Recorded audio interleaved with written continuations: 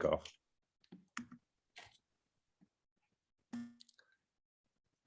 Alors, à ce moment-là, bien, bonjour à tous. Bon, je suis ravi que nous ayons eu le petit quart d'heure brésilien parce que ça m'a permis, de moi aussi, qui suis en retard, d'être à l'heure avec vous.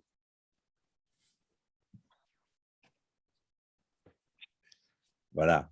Alors, je voulais, en complément de ce que j'ai présenté la semaine dernière, c'est-à-dire mercredi dernier, revenir sur les conséquences des ruptures, des mutations structurelles sur la question du travail d'une manière plus développée et de commencer à poser les jalons des ruptures épistémologiques sur un plan théorique que provoquent ces ruptures, ces transformations structurelles.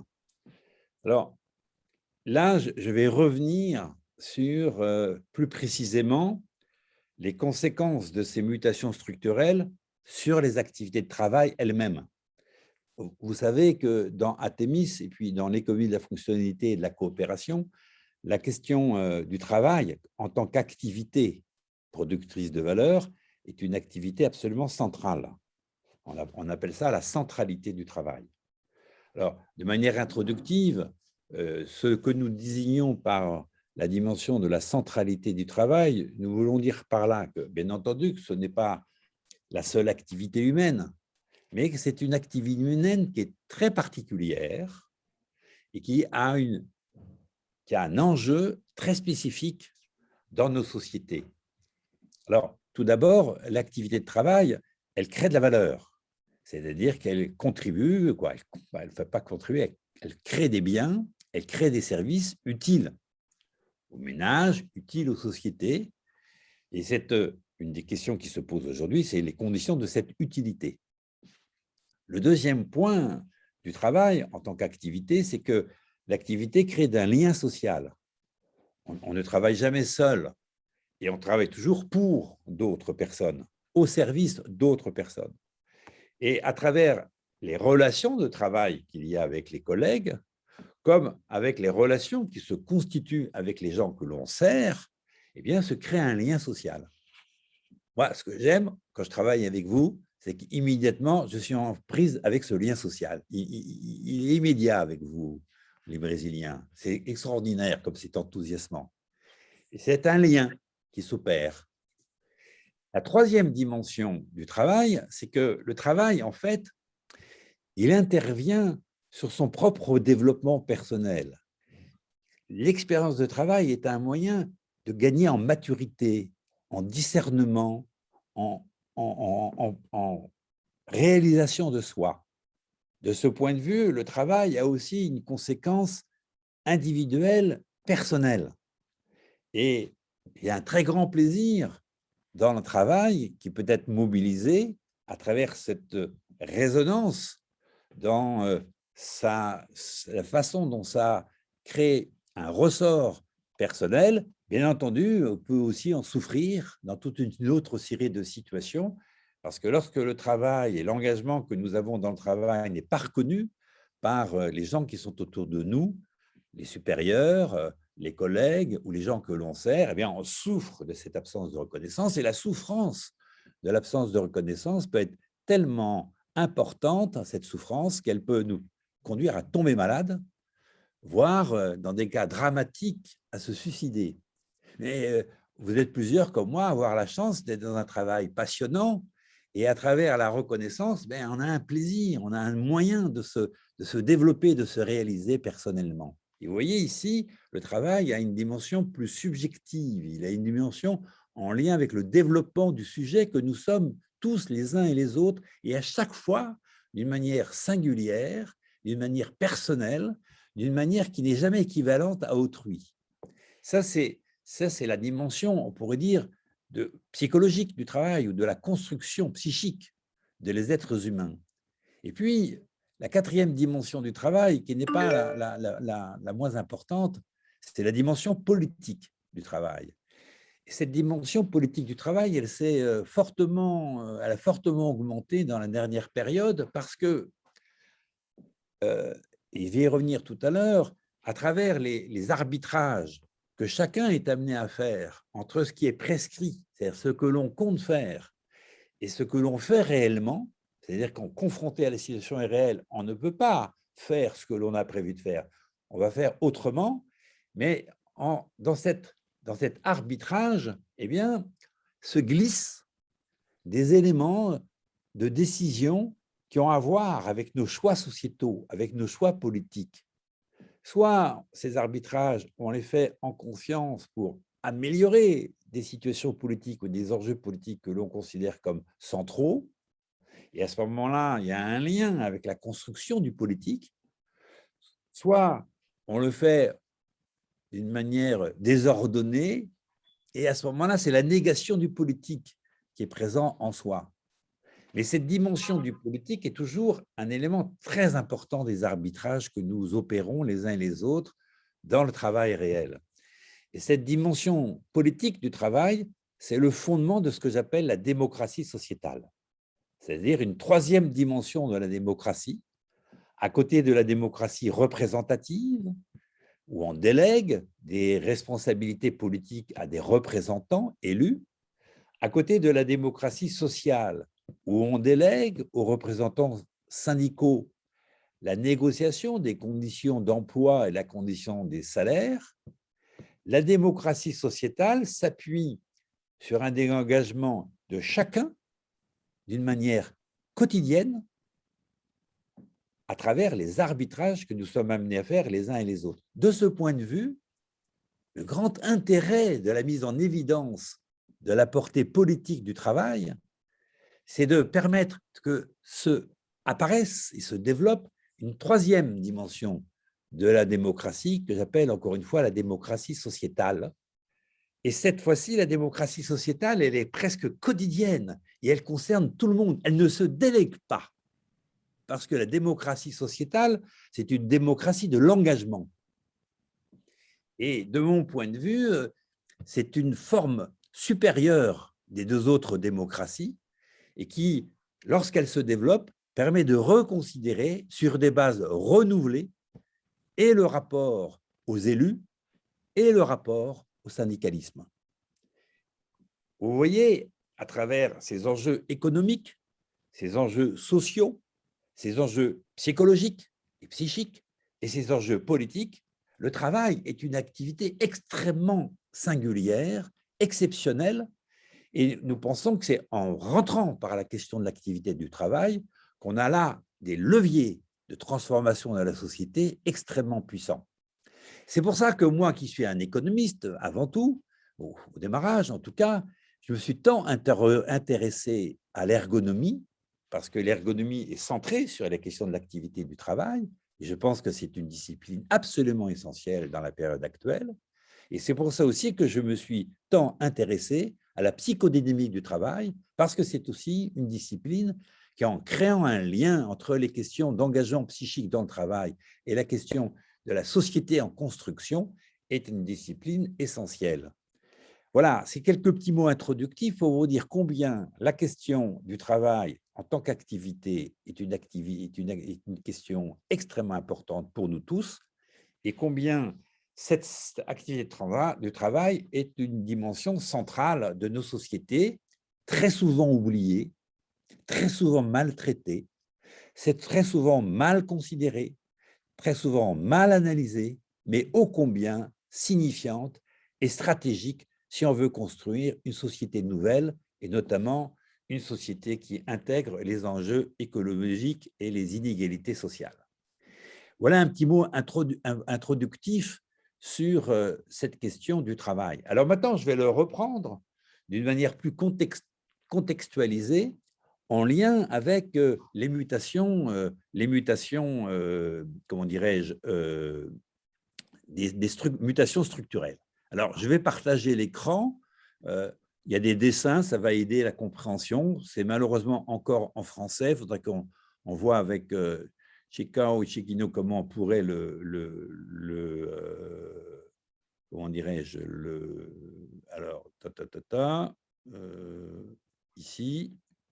Est-ce que c'est bien, Nina, là, ce que vous voyez, ou c'est pas terrible?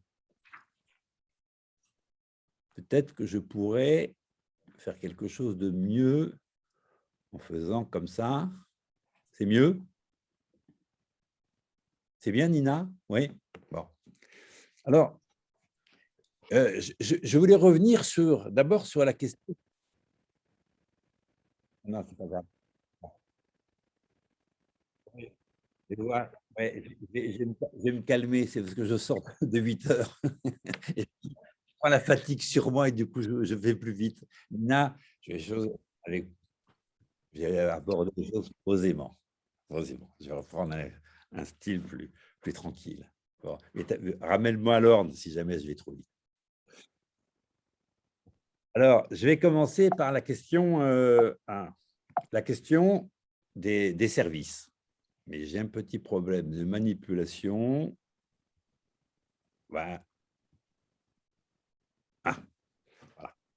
Alors, vous voyez, la particularité des activités de service et des activités de travail dans le monde des services par rapport aux activités industrielles ou aux activités maraîchères, par exemple, c'est-à-dire de la culture de la terre, c'est la question du coproduction.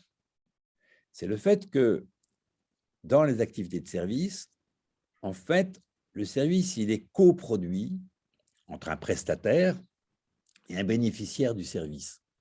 Le bénéficiaire va intervenir dans l'organisation de la production et va intervenir d'une manière insubordonnée dans le procès de travail qui va conduire à la réalisation d'un service effectif. C'est un point très original et qui va changer la question du travail.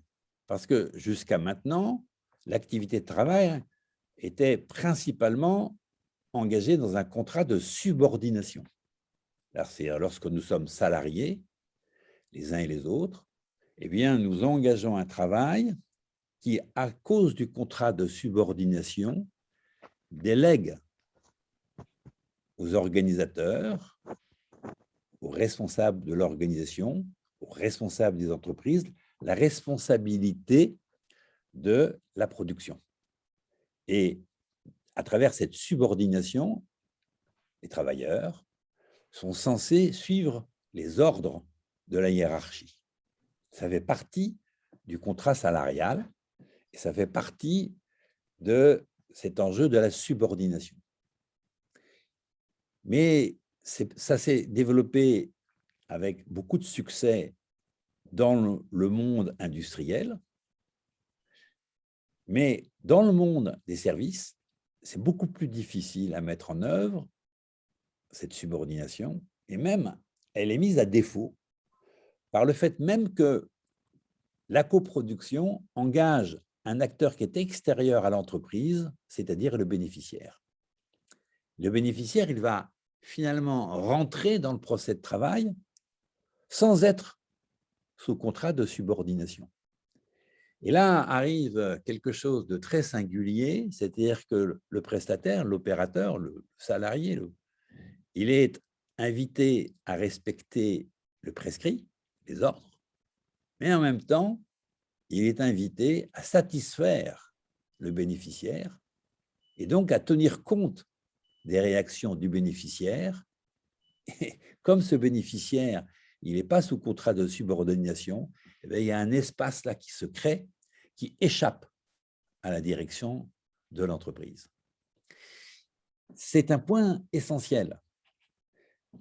C'est là où se joue la question de l'arbitrage que j'ai évoqué tout à l'heure, c'est-à-dire que l'écart qu'il va y avoir entre le prescrit et le réel, mais je vais y revenir par la suite, va s'accroître en raison même de la présence du bénéficiaire dans l'organisation du travail. Ce que l'on n'a pas dans le monde industriel. Lorsque vous contribuez à produire une voiture, vous rentrez dans les processus de production de la voiture, mais le client de la voiture, l'usager de la voiture, n'est pas là au moment où vous produisez. On produit d'abord, puis dans un deuxième temps, c'est consommé. Lorsque vous produisez dans le maraîchage des, des aliments, carottes, poireaux, ce que vous voulez, au moment où vous produisez, vous cultivez la terre, le consommateur, le mangeur n'est pas présent. Il va venir après. Quand vous réalisez un service, eh bien, l'utilisateur du service, c'est-à-dire le bénéficiaire du service, il est présent au moment où vous réalisez le service. Et c'est ça qui est tout à fait original et qui va créer des conditions d'exercice du travail de manière renouvelée et qui va déstabiliser le rapport de subordination et créer un espace extraordinaire où, à partir duquel, lorsqu'on le repère, qu'on l'élargit, qu'on l'intensifie, un espace qui va permettre aux uns et aux autres de trouver une orientation en décalage avec la question de la subordination. Et donc, quelque chose qui va pouvoir être investi d'un point de vue d'un sens sociétal, d'un sens politique. Alors, le deuxième point, que je voulais souligner dans cette coproduction, c'est que il existe des contraintes d'accessibilité.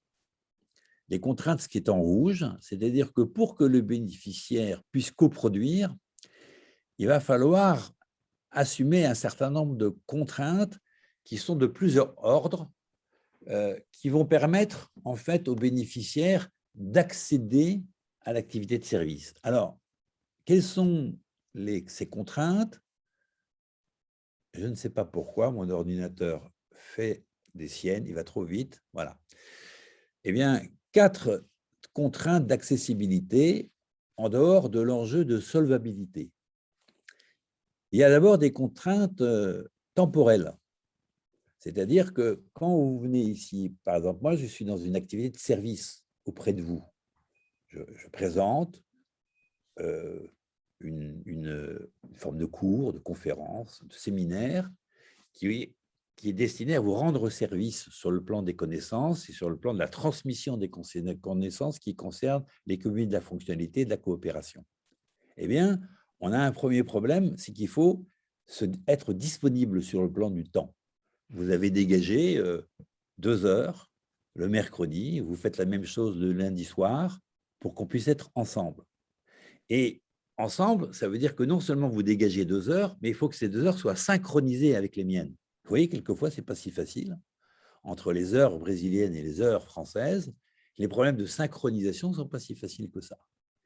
Et ça, c'est la première contrainte. C'est des enjeux de disponibilité temporelle et de synchronisation.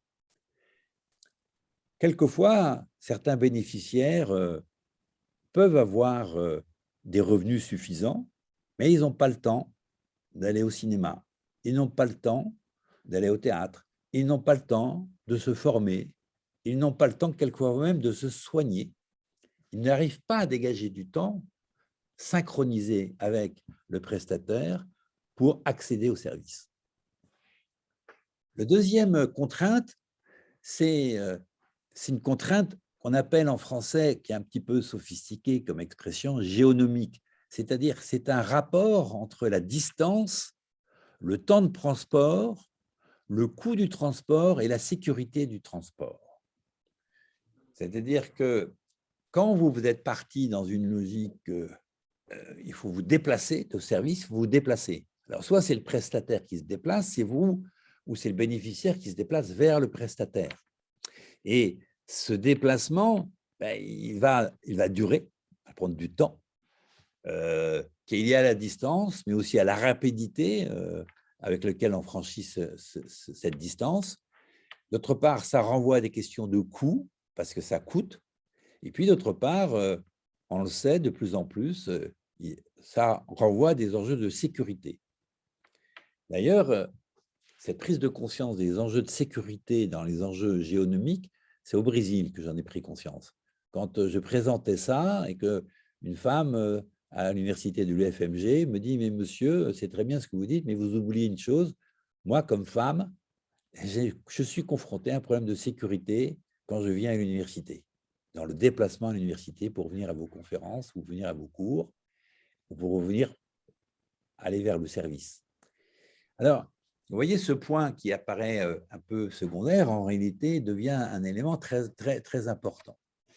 Alors, bien entendu, cette question géonomique, elle est en partie dépassée dans certaines situations par ce qu'on est en train d'utiliser, c'est-à-dire les nouvelles technologies de l'information et de la communication. Ce système de vidéoconférence. Le système de vidéoconférence permet de suspendre la question géonomique, puisque là, il n'y a plus besoin de déplacement, il n'y a plus besoin, il n'y a plus de problème de sécurité dans le déplacement, et il n'y a plus de problème de coût.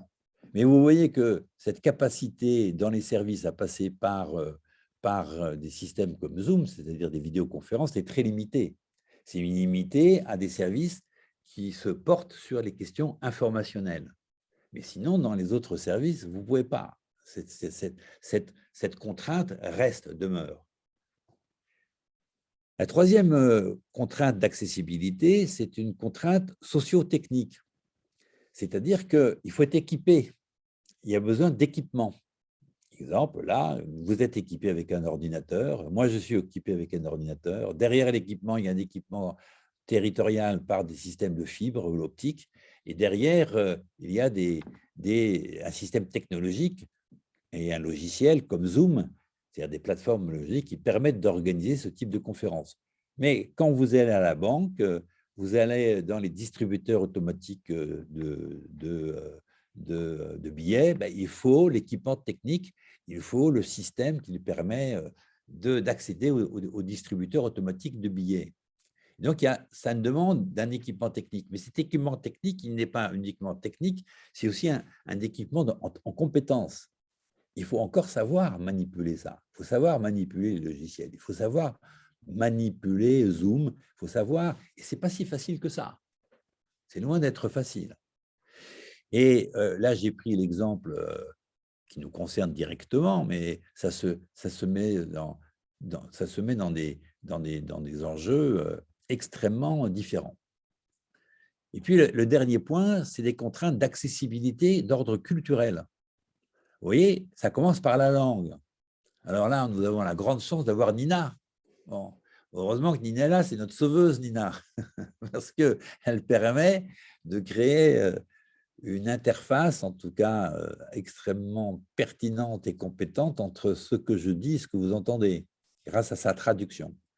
J'avais espéré progresser un peu dans le portugais, mais vous voyez que je ne suis pas un très, très, très bon élève. Et donc, je vais faire ce que je peux, mais à travers la langue, il y a des incompréhensions qui risquent de se manifester, qui vont agir sur les questions culturelles. Je me souviens de plusieurs voyages que j'ai faits au Japon, j'étais complètement perdu par la signalétique. J'étais complètement perdu dans le métro, incapable de me repérer et à travers une signalétique avec une langue qui était très éloignée des langues européennes et des langues latines. Voilà. Mais il n'y a pas qu'un problème de langue. Il y a aussi un problème de représentation culturelle de ce qui se joue dans le service. C'est-à-dire le service est une promesse. Ce n'est pas un bien que l'on peut constater, dont on peut constater l'usage et qu'une fois qu'on a constaté l'usage, on l'achète. Non, non, un service est une promesse. Mais on ne sait pas très bien quelle promesse. Quand ici, nos amis Chico ont organisé avec moi et Amanda et d'autres ce séminaire, et que vous êtes venus à ce séminaire, ben, il y a une promesse d'être quelque chose qui devrait être intéressant pour aborder les enjeux de l'économie, de la fonctionnalité et de la coopération. Et vous ne savez pas trop où vous mettez les pieds. Vous ne savez pas trop en quoi ça va être intéressant ou pas. Et vous voyez que cette promesse renvoie à une forme de représentation de l'intérêt du service. Mais j'ai eu Veuillez préciser votre choix. J'ai eu Haute des Bonté, expériences. chef immobilier et service informatique, Laurent Voilà, Mella, excusez-moi, il y a Société un Générale problème, Service Presse excusez-moi, ou abonnement Service Magazine SU. les trucs automatiques. Ouais. Ah, j'ai arrêté, mais il vient tout seul. Si tu sais, un truc automatique affreux avec. Je sais l'arrêter, mais je ne sais pas empêcher qu'il arrive. Bon, voilà, maintenant, on recommence. Donc, je disais que, juste avant cet incident, je disais qu'il y a un problème que le service est une promesse et il y a un problème de représentation de cette promesse. J'ai eu autour de moi, par exemple dans le domaine de la santé, des exemples absolument catastrophiques. J'ai eu une étudiante en thèse, il y a maintenant une trentaine d'années, qui était russe, qui a été prise par une représentation de ce qui se jouait dans les services de santé, où elle pensait qu'avec un soin qui relevait de l'homéopathie, elle pouvait soigner un cancer. Elle est morte en 6 mois. Ouais. Une incompréhension de ce qui se joue derrière le service de santé et une grande difficulté culturelle à comprendre ce qui s'y joue. Et cette dimension culturelle, quelquefois, elle demande ce qu'on appelle des prérequis. C'est-à-dire ce que, par exemple, je suis en train de vous présenter, ça demande un certain prérequis sur l'économie, certains prérequis d'expérience. Tout le monde ne peut pas participer à cette question de ce séminaire. Et vous l'avez dans d'autres dimensions des services. Alors, quand on prend l'ensemble de ces contraintes, les contraintes temporelles, disponibilité temporelle et synchronisation temporelle, les enjeux géonomiques, c'est-à-dire les enjeux de transport, pour aller vite, les enjeux socio-techniques, et puis les enjeux culturels, vous avez ici un ensemble de questions qui sont bien différentes que la seule question de la solvabilité. Et vous pouvez avoir, dans le développement des services et dans les activités de service, des logiques contradictoires. Par exemple, vous pouvez augmenter le revenu des gens pauvres ou moyens, le revenu moyen, mais comme en parallèle, l'activité va être ils veulent accéder à une activité de service, mais ils peuvent se retrouver dans des situations où, premièrement, ils vont devoir s'équiper, dépenses financières. Deuxièmement, ils vont devoir financer le transport. Troisièmement, ils vont devoir libérer du temps. Toute une série de conditions qui font que des inégalités d'accès aux services vont redoubler des inégalités de revenus.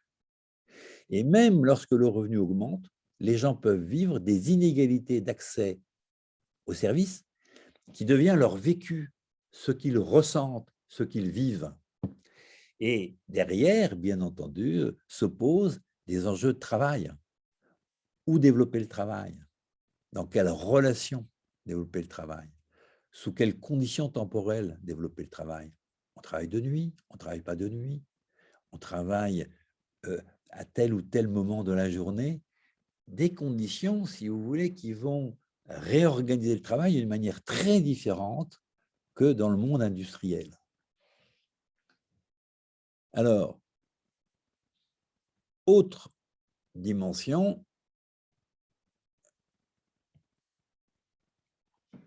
c'est le fait que dans les activités de service, l'écart entre le prescrit et le réel va s'accentuer.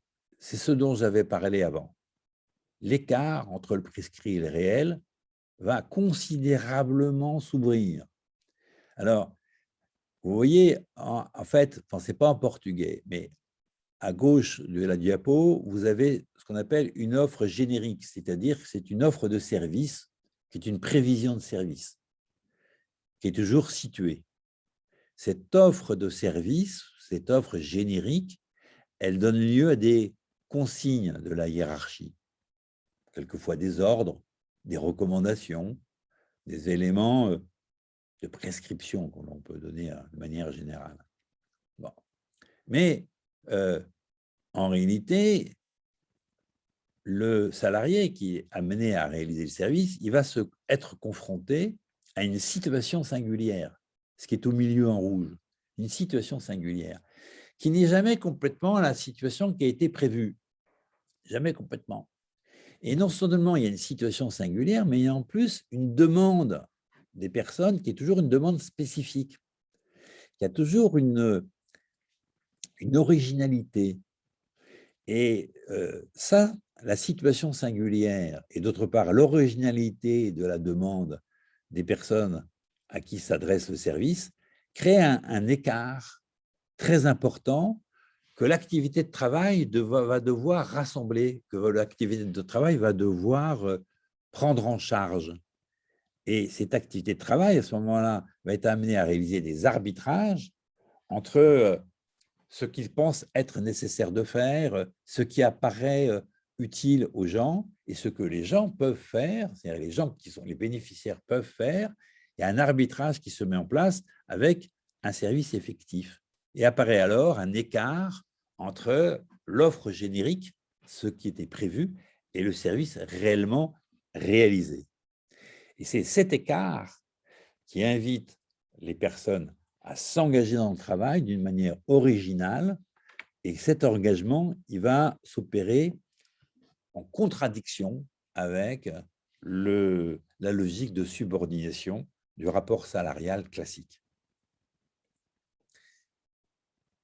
Voilà, c'est ce que désigne ce deuxième tableau, et c'est presque le même, simplement au milieu, en rouge, vous voyez, les salariés vont faire appel à leur propre conscience, leur propre subjectivité, c'est-à-dire comment ils reconnaissent la réalité de l'originalité de la demande, comment ils en tiennent compte, est-ce qu'ils trouvent ça justifié, pas justifié, est-ce qu'ils trouvent ça opportun, pas opportun, est-ce qu'ils trouvent ça socialement pertinent, socialement pas pertinent?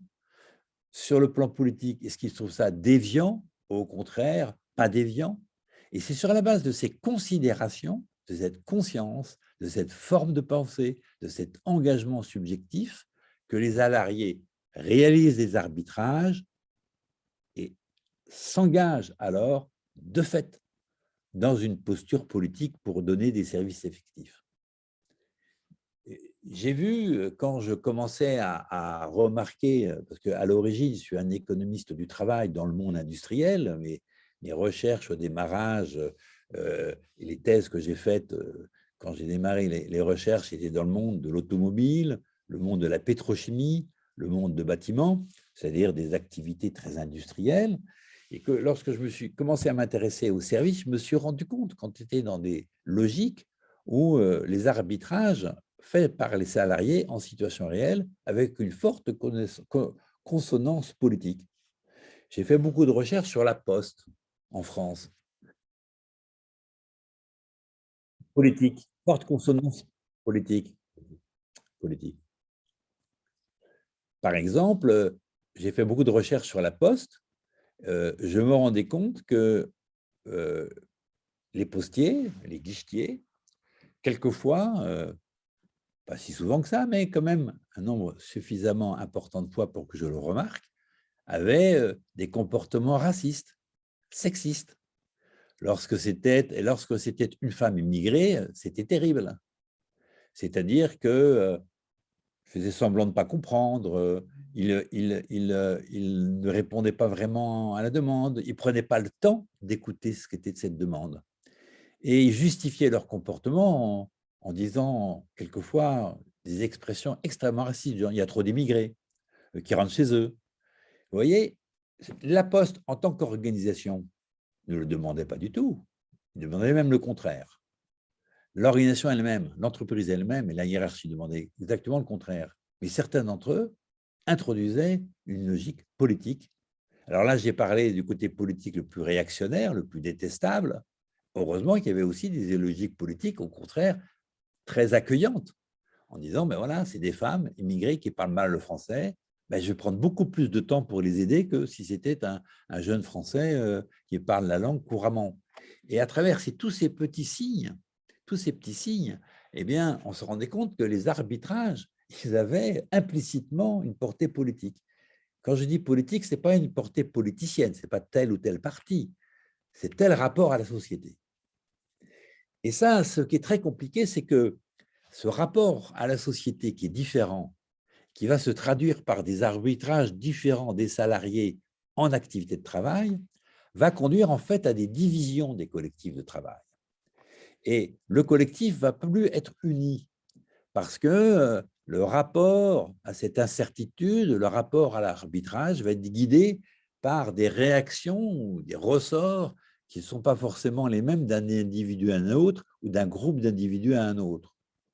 Et là, vous voyez on y reviendra peut-être dans la discussion ou un autre jour, il y a une difficulté du syndicalisme. Parce que le syndicalisme, il était habitué à chercher à ce que les collectifs soient unis pour avoir une force vis-à-vis du patron ou vis-à-vis de la hiérarchie.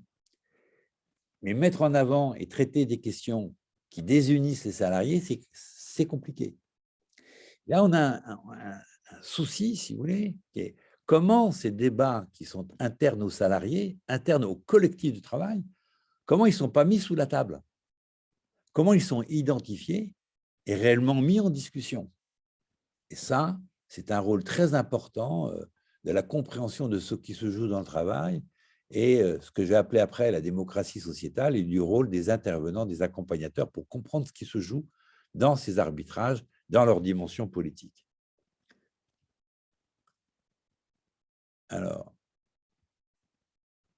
voilà. Quatrième dimension singulière des services, c'est que dans la coproduction, eh bien, émerge une relation. Cette relation, elle va directe, une relation directe entre les prestataires et les bénéficiaires. Et à travers cette relation, il va s'exprimer ce que l'on appelle une intersubjectivité. Alors, la subjectivité, c'est le fait que chaque être est doté de formes de conscience. On a conscience de telle ou telle question. Chaque être est doté d'une façon de penser le réel et de penser l'action. Chaque être, par ailleurs, est affecté. Il se sent affecté. Il est triste, il est gai, il est heureux, il est joyeux. Il est pris par des affects. Puis, dernier point, chaque être a un psychisme, c'est-à-dire qu'il a un inconscient qui va agir sur son conscient. Et l'ensemble forme une singularité que l'on appelle la subjectivité.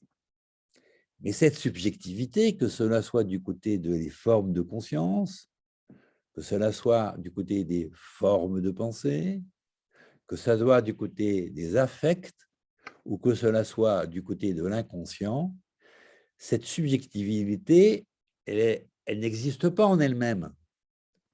Elle est prise dans la relation aux autres. Elle est prise dans la relation aux autres êtres. Ce qui donne, du coup, quelque chose qui relève de l'intersubjectivité. Et cette intersubjectivité va avoir un rôle très important dans la façon dont les arbitrages sont opérés, et donc cette intersubjectivité va avoir un rôle très important dans les conditions de la coopération et dans les conditions de la qualité du service effectif. Et cette intersubjectivité va devenir une question essentielle de la question du travail. Je serai amené à en reparler de cette question, du sujet de l'intersubjectivité dans la question du travail, mais je voulais souligner ici combien cette question prend de l'ampleur dans le monde des activités de service lorsqu'il existe une relation de service entre les prestataires et les bénéficiaires. Alors, la cinquième spécificité des mutations qui concernent principalement les services, mais pas que les services, c'est la spécificité de l'immatériel. De plus en plus, si vous voulez, les biens comme les services relèvent d'une dimension qui est immatérielle. Alors, qu'est-ce qui est matériel et qu'est-ce qui est immatériel? Je vérifie. Voilà. Alors, l'immatériel, si vous voulez, on peut le remarquer du côté des ressources ou on peut le remarquer du côté des effets. Un effet immatériel, c'est un effet qui va porter sur la santé des personnes, qui va porter sur les connaissances des personnes, qui va porter sur la pertinence de l'engagement des personnes, qui va porter sur euh, aussi des effets de style, de beauté, de rapport au beau, à l'esthétique. Toute une série de choses qui ne se mesurent pas, mais qui sont présentes dans le résultat de l'activité et qui opèrent, qui relèvent d'une dimension de plus en plus importante. Alors, cette dimension de l'immatériel, elle renvoie au résultat de la production, au résultat de ce qui est fait, mais l'immatériel relève aussi d'une autre dimension, qui est une dimension de ressources. C'est-à-dire que les ressources peuvent être aussi des ressources immatérielles. Par exemple, une ressource immatérielle, c'est la confiance. La confiance devient un élément très important dans la façon dont on s'adresse à des prestataires. La confiance dans le médecin est fondamentale. La confiance dans l'enseignant est fondamentale. La confiance dans le conseiller est fondamentale. La confiance, vous voyez, la confiance est un élément très important d'ordre immatériel comme ressource. Mais on voit bien aussi que les ressources relèvent pas seulement de la confiance, parce que vous ne pouvez pas avoir confiance dans quelqu'un que vous considérez comme incompétent. Et donc, vous voyez alors que cette confiance, elle va aussi s'adosser à la question de la compétence.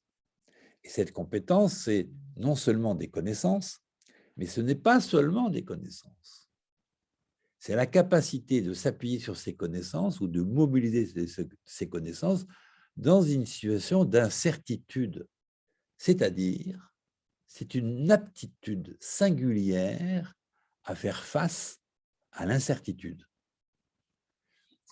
C'est une capacité singulière à s'engager face à des événements, à les prendre en charge, qui ne relèvent pas que des connaissances.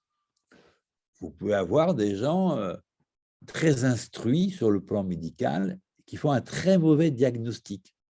Alors, ils ont tous les diplômes qu'il faut, mais derrière, c'est des très mauvais médecins. Parce qu'en réalité, ils ne sont pas bien à l'écoute des personnes. Ils n'ont pas la sensibilité du diagnostic médical. Et donc, ils ne vont pas être en capacité de faire face à l'événement singulier de la maladie chez leurs patients. Ils sont bourrés de diplômes, ils sont bourrés de connaissances, mais ils ne sont pas aptes à faire face à la singularité du patient tel qu'il se présente. Vous pouvez avoir des enseignants qui sont extrêmement érudits, des chercheurs qui ont énormément de connaissances, incapables de vous les transmettre, incapables de donner d'eux-mêmes pour les mettre en mouvement, les mettre dans une forme qui est accessible et qui intéresse les autres. Ça peut être des montagnes d'érudition, des nuls dans la compétence. Vous pouvez avoir des gens qui, dans les feux, sont finalement assez peu instruits sur la question du feu, mais qui ont un courage, une volonté de sauver les autres, de faire face à l'adversité de la vie et de l'adversité des incidents comme le feu. J'ai vu des conducteurs d'autobus absolument pas préparés à la question du feu, confrontés au feu dans l'autobus, et car par leur aptitude à s'appuyer sur les autres, à faire face à cet événement, à faire en sorte que tous les gens sont sortis du bus qui était en flammes. Ça n'a rien à voir avec leur connaissance. Et vous voyez que ici, connaissance et aptitude à faire face à l'adversité de la vie, c'est des choses qui se combinent et qui s'articulent pour donner des compétences.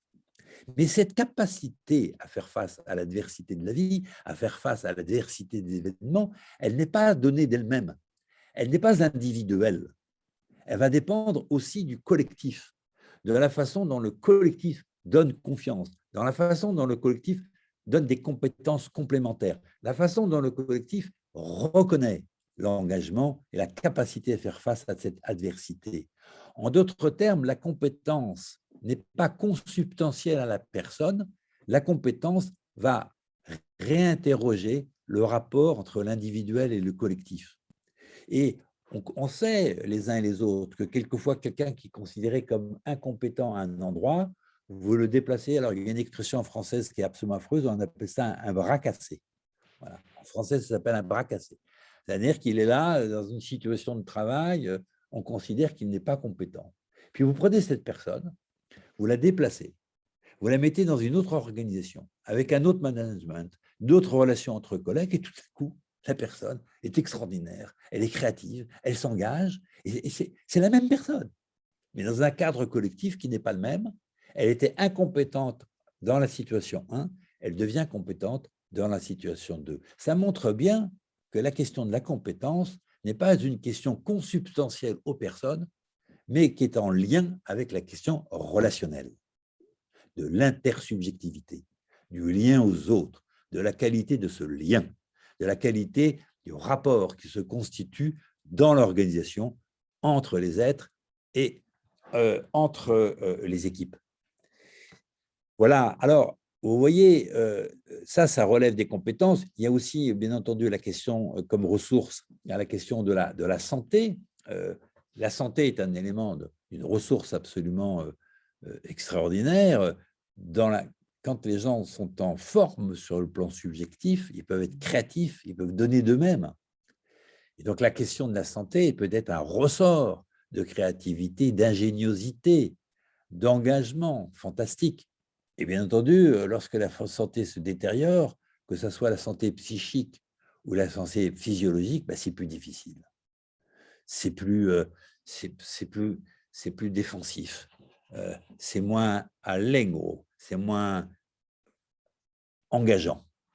Et là, vous voyez que la façon dont l'organisation s'intéresse à la santé des personnes, non pas comme un problème de handicap, mais au contraire comme une ressource pour développer les questions économiques, eh bien, cette façon de s'intéresser à la santé va être un élément essentiel du développement des ressources immatérielles et des ressources immatérielles. Et puis aussi, il y a la question de la pertinence. La pertinence, c'est que il y a besoin d'organisation pertinente, il y a besoin de solutions pertinentes par rapport aux attentes des bénéficiaires, c'est-à-dire de ceux qui bénéficient des services, puis aussi des problèmes de pertinence des connaissances, de pertinence des technologies. Il y a des enjeux de pertinence, c'est de rendre compatibles les associations de compétences, les associations de connaissances, les associations de systèmes techniques. Et cette pertinence, eh bien entendu, elle ne va pas de soi. Ce n'est pas parce que vous mettez tout le monde dans une même marmite que vous allez voir quelque chose d'intéressant. La plupart du temps, non. Parce que les ingrédients de la marmite ne sont pas pertinents. Voilà. Je me méfie toujours de ce qu'on appelle l'économie collaborative ou de la collaboration, où on met tout le monde dans une marmite et on pense que parce qu'on a mis tout le monde dans une même salle, il va sortir quelque chose d'extraordinaire. La plupart du temps, il sort une petite souris. Voilà. Parce qu'on ne s'est pas intéressé, en réalité, à la pertinence de la complémentarité des compétences. On ne s'est pas intéressé à la pertinence de la complémentarité des systèmes techniques. On ne s'est pas intéressé à la pertinence de l'organisation et des méthodes managériales. En ne s'étant pas préoccupé de cette question de la pertinence, eh bien, on passe à côté du succès de la production. Alors, tout ça, vous voyez, ce sont des ressources immatérielles qui deviennent de plus en plus stratégiques. Et donc, elles ont comme singularité de ne pas être mesurables. Voilà. Vous ne pouvez pas dire, bonsoir, vous ne pouvez pas dire que vous avez confiance 2 fois, 3 fois, 4 fois. Ça ne se mesure pas. Voilà. Et ça ne se compte pas. Voilà. Et donc, on a un problème parce que les organisations et les économistes, et derrière les économistes, les gestionnaires, ont été formés au nombre, ont été formés à mesurer, à décompter. Alors, tant de salariés, tant d'heures de travail, tant de tonnes d'acier, tant de voitures, et tout est compté. Alors que là, nous avons à la fois des ressources qui ne peuvent pas être comptées, pas compter la confiance, la santé, et vous avez des effets immatériels, des activités qui ne peuvent pas être décomptés non plus. Alors, comment va-t-on faire? Comment va-t-on appréhender ces enjeux immatériels qui sont de plus en plus stratégiques? Voilà des questions importantes de la recherche, mais pas seulement de la recherche, des questions importantes pour l'opérationnalité de la mise en œuvre du travail. Alors, nous avançons le point de vue que derrière la question de l'évaluation de l'immatériel, eh bien, se joue la question de la révélation.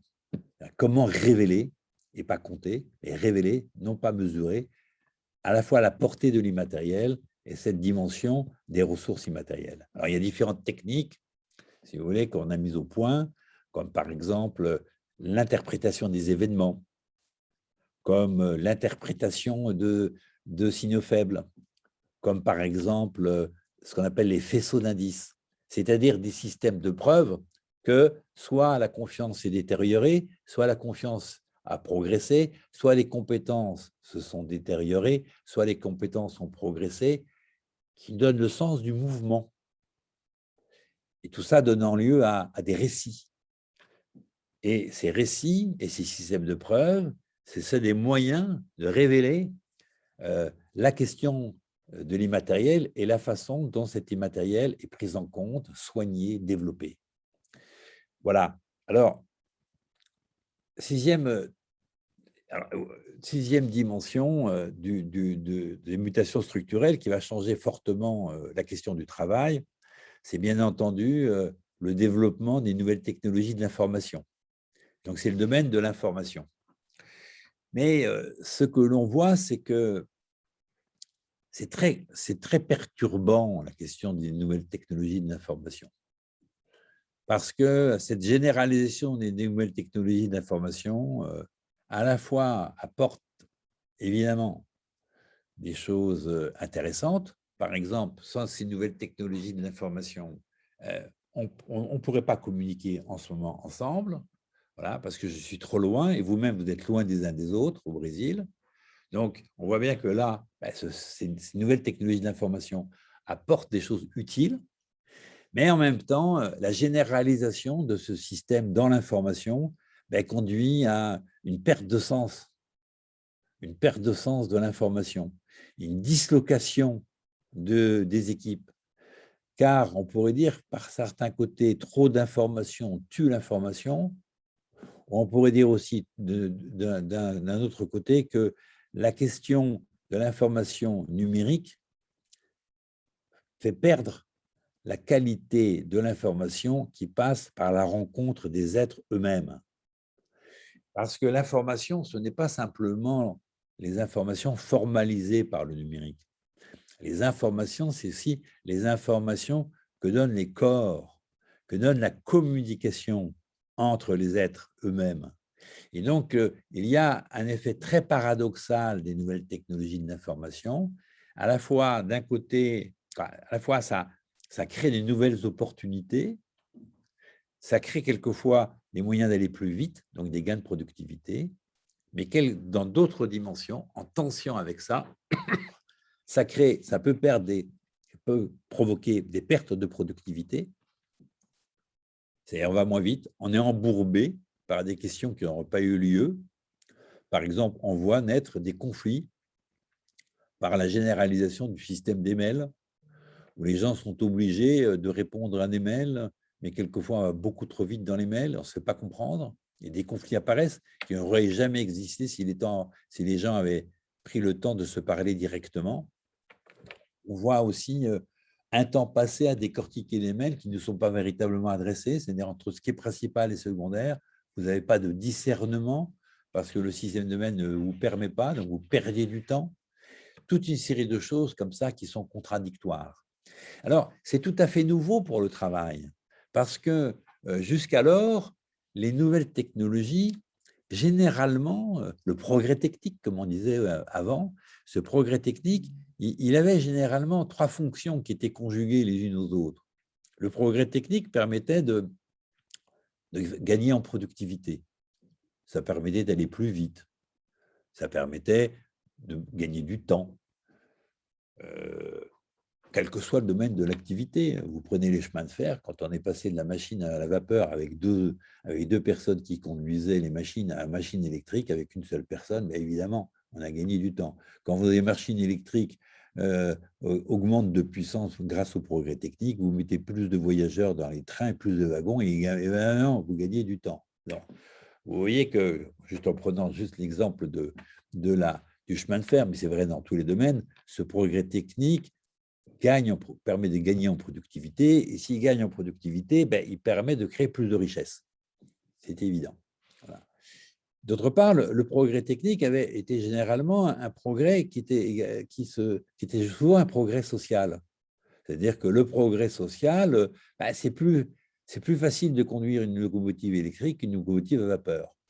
Moins d'efforts, c'est plus de facilité.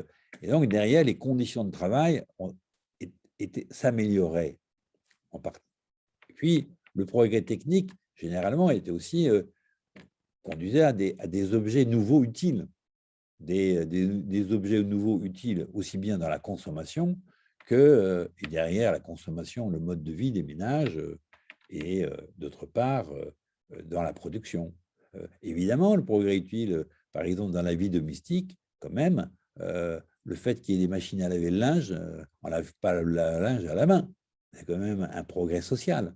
Le fait qu'on ait un frigidaire limite les dégâts de la conservation des biens alimentaires. Et donc, vous avez toute une série de choses où le progrès technique était aussi associé au progrès social. Donc, le progrès technique, c'était un progrès économique en termes de productivité, c'était un progrès en termes de conditions sociales, puis c'était aussi un progrès du point de vue des modes de vie. Et ce qui se passe aujourd'hui avec les nouvelles technologies de l'information, c'est que ce n'est pas du tout mécanique. Il n'y a pas du tout un lien direct entre ces nouvelles technologies et le progrès social. On peut au contraire maintenant avoir des nouvelles technologies et perdre en productivité. Alors on peut gagner en productivité, mais on peut perdre en productivité.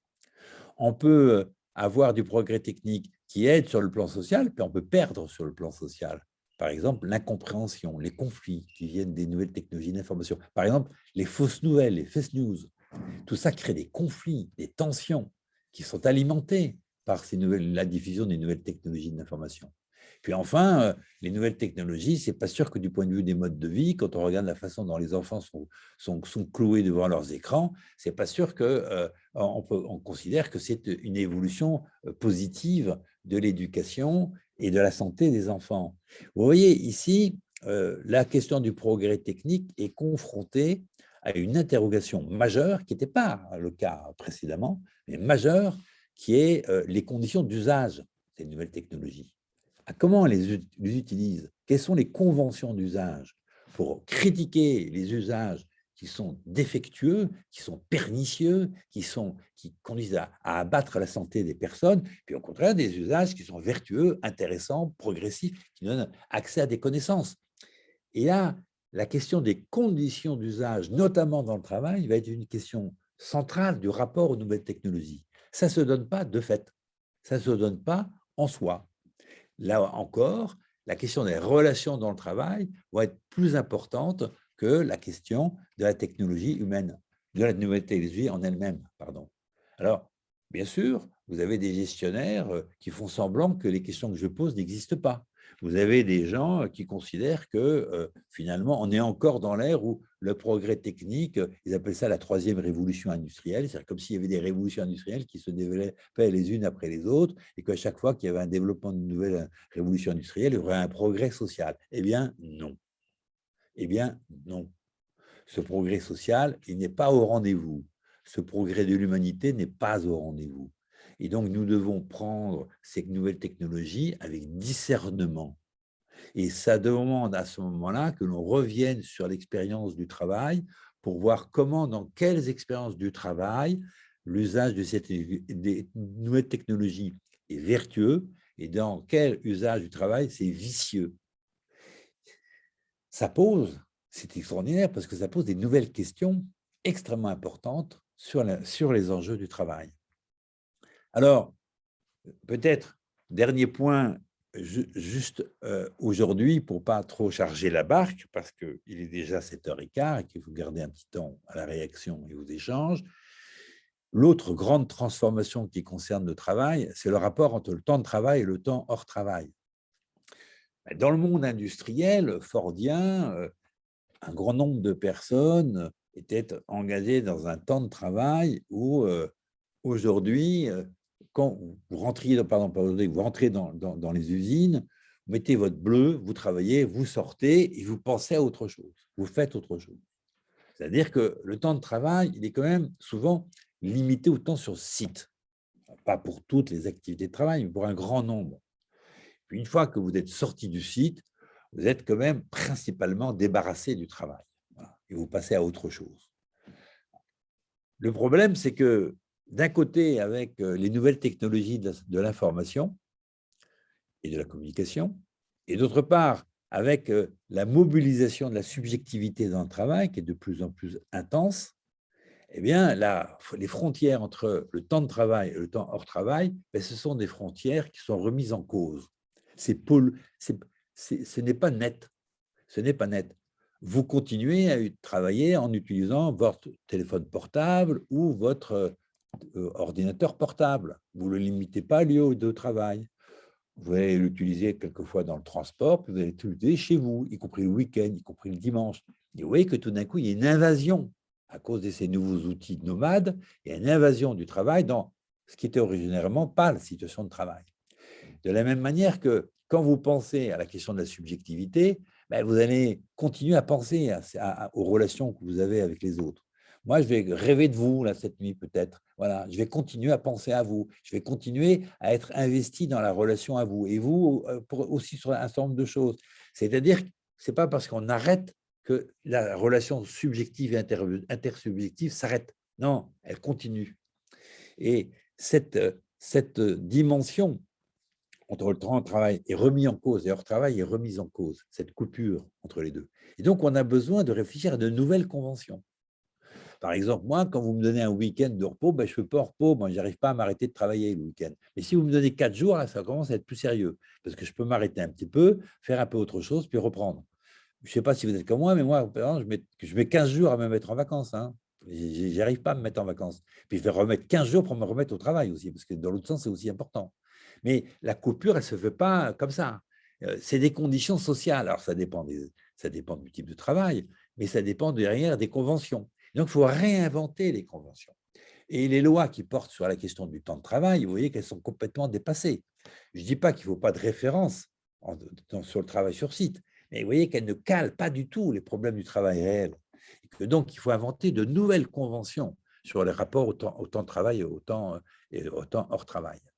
Ça, c'est le premier point, très important, très, très important, parce que vous avez une intensification du travail insinueuse en ce moment, insinueuse, où vous avez des techniques pour aller pénétrer vers les nouvelles technologies qui font que les gens sont complètement envahis par la question du travail. Voilà. Alors, quelquefois, ça marche dans le sens inverse, mais c'est moins souvent. C'est-à-dire que c'est au moment du travail que vous êtes complètement dérangé par votre vie hors travail. Et vous recevez le téléphone de votre amoureuse, ça vous déplace dans votre travail, si vous voulez. Voilà, c'est sûr. Bon. Vous recevez une mauvaise nouvelle par rapport à vos enfants, tout d'un coup, ça vous préoccupe dans votre travail. Donc, ça arrive aussi dans l'autre sens, mais beaucoup moins souvent que dans le sens de l'extension du temps de l'intensification du travail, au sens de la durée du travail. Donc, vous voyez, il y a vraiment quelque chose à repenser au niveau des conventions de travail. Puis après, il y a une deuxième dimension qui concerne le temps de travail, c'est le contenu économique du temps de travail. Alors ça, c'est un autre enjeu extrêmement important qui nous est posé dans les mutations actuelles du travail, c'est ce contenu économique. Dans le monde industriel classique, dans la vie classique, si vous voulez, vous aviez des ouvriers à qui étaient réservés, qui étaient centralisés, qui concentraient leur énergie sur la production directe. Alors, il y avait des emboutisseurs, il y avait des gens qui faisaient l'emboutissage, il y avait d'autres qui faisaient l'assemblage. Vous avez différents types d'activités ouvrières. Et à chaque fois, les ouvriers étaient déterminés par la production directe.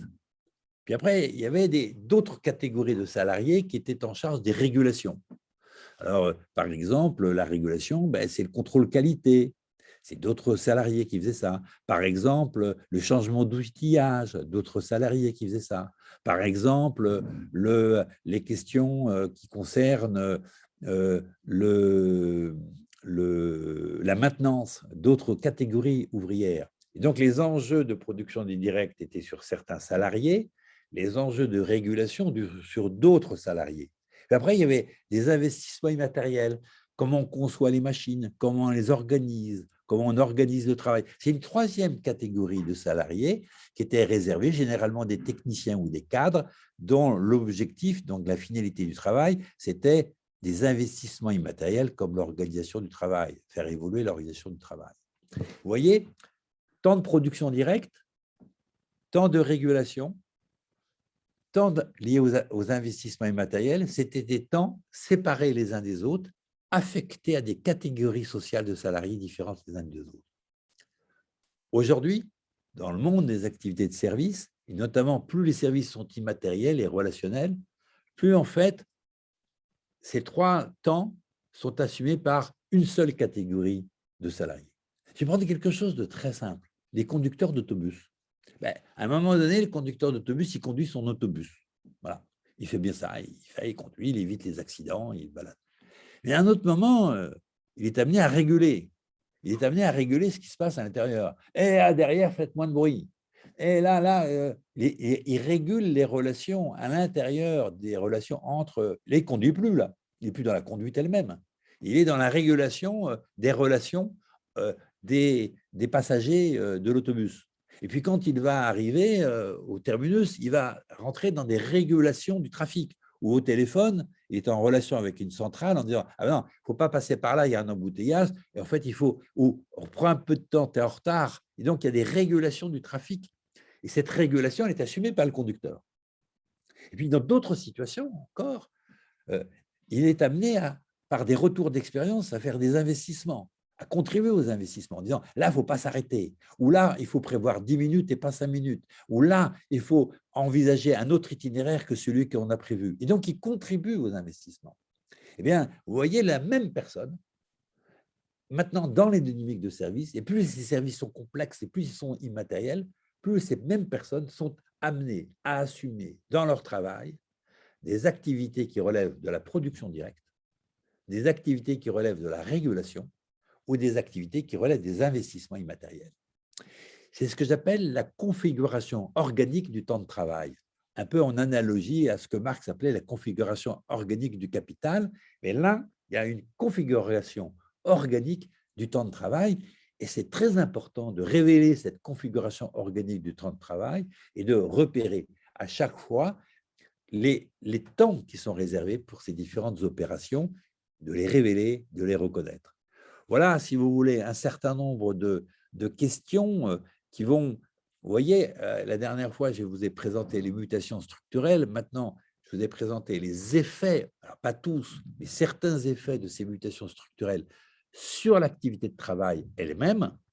Et puis, la fois prochaine, on va commencer de manière plus théorique à regarder les ruptures que provoque sur le plan épistémologique c'est cette nouvelle réalité auquel, au Brésil comme en France, nous sommes confrontés, qu'il faut prendre en charge, c'est-à-dire qu'il faut identifier pour être en capacité d'avoir des actions, notamment politiques, pertinentes et efficaces. Voilà, quelques mots d'introduction, peut-être un peu long, mais qui vous permettent de donner des éléments de repère sur la question de la centralité du travail et de l'évolution du travail en France comme au Brésil.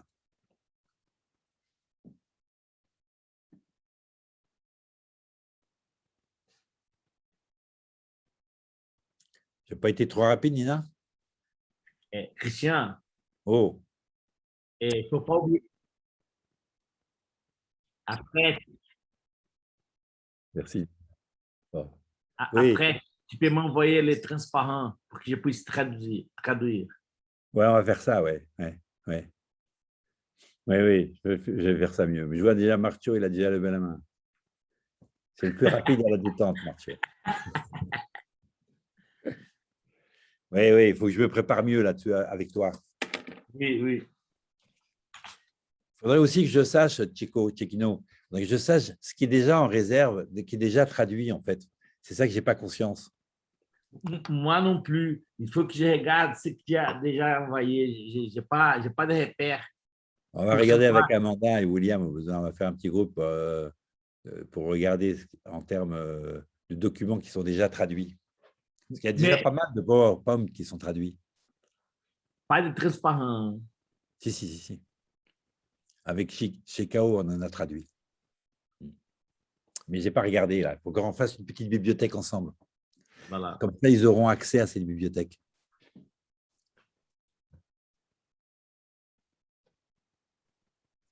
Bon, c'est du boulot, quoi. On va le faire.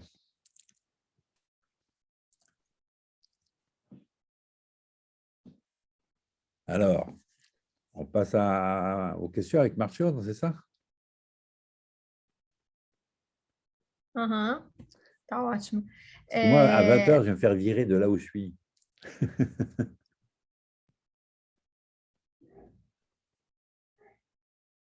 Bem, tem o Márcio com a mão Là, levantada. Nina, tu es chez les Français.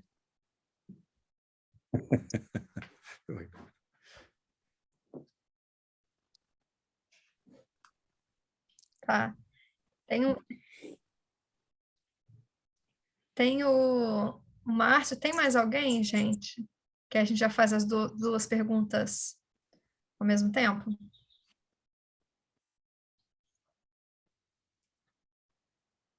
Ça va venir. Bem, Márcio, então faça a sua pergunta, enquanto isso a gente vê se tem mais alguma outra. À 20h, ça va? Bom, Non? boa tarde, boa noite a Faut todos. que j'arrête à quelle heure? A- a-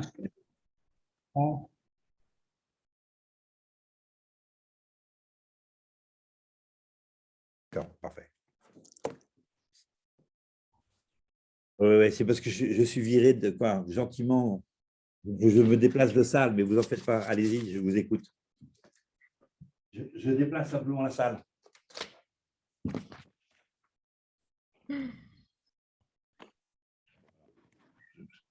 Là, non. 2 secondes. Enquanto isso, o Xará, ele estava me falando que uma boa parte importante das transparências já foram traduzidas por você ou pelo William.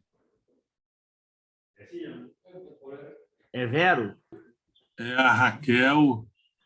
Essas aí, por exemplo, tempo orgânico.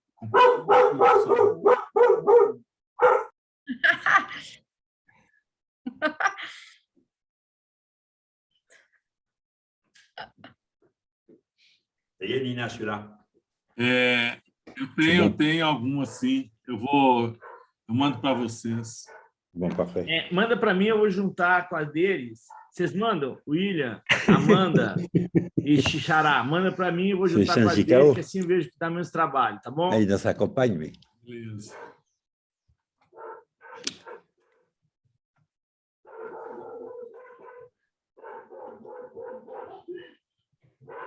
Christian, ils vont, William, Chico et Amanda vont m'envoyer les choses qu'ils ont traduites et comme ça, on va savoir qu'est-ce que nous avons déjà.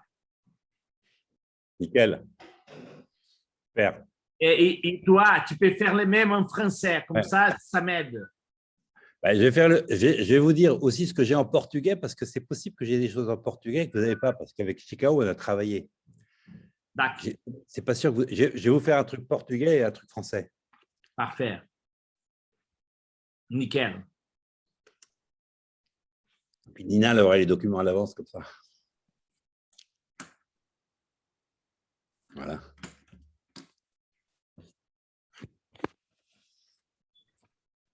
Vamos lá, Márcio. La vol. Ok. Boa tarde e boa noite a todos.